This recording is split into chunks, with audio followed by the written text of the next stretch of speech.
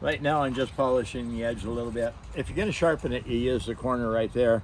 Put it on the blade like this, not flat like that, over like this. Let it turn a little bit and slide it out the blade. Make sure that you don't tip it up too far like this. I see people, or they'll tip the knife up like that and they're actually cutting the cutting edge right off the blade. So just like this. Now something you are going to notice, if you run it through the V, all right, now I'll explain what you should be looking for, but see the scratch along the side of the blade up there? That will happen on some knives it doesn't, some knives it does. Okay, another thing you don't want to do is you don't want to miss the V and end up here on the edge right there, like this. If you do that just once, it's going to take you 15 minutes to fix it. Make sure the knife is down in the V before you drag it through like that, and don't put too much pressure on it. Oh, you know what? I got my doctor's bag here. So let's see. Oh, I see something I'm going to talk about. That was close.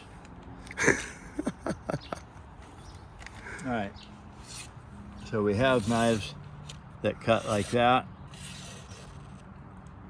Clear out to what used to be a tip. I broke it off the other day. And right before they break, you always go, I shouldn't be doing this. Okay. That's locked. See how the plastic overlaps?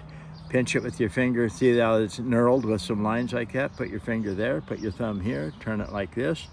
Now the blade can come out. Now it can't. Now you see it, now you don't.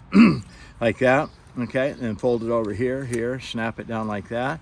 Now you have a handle on a metal blade, all right?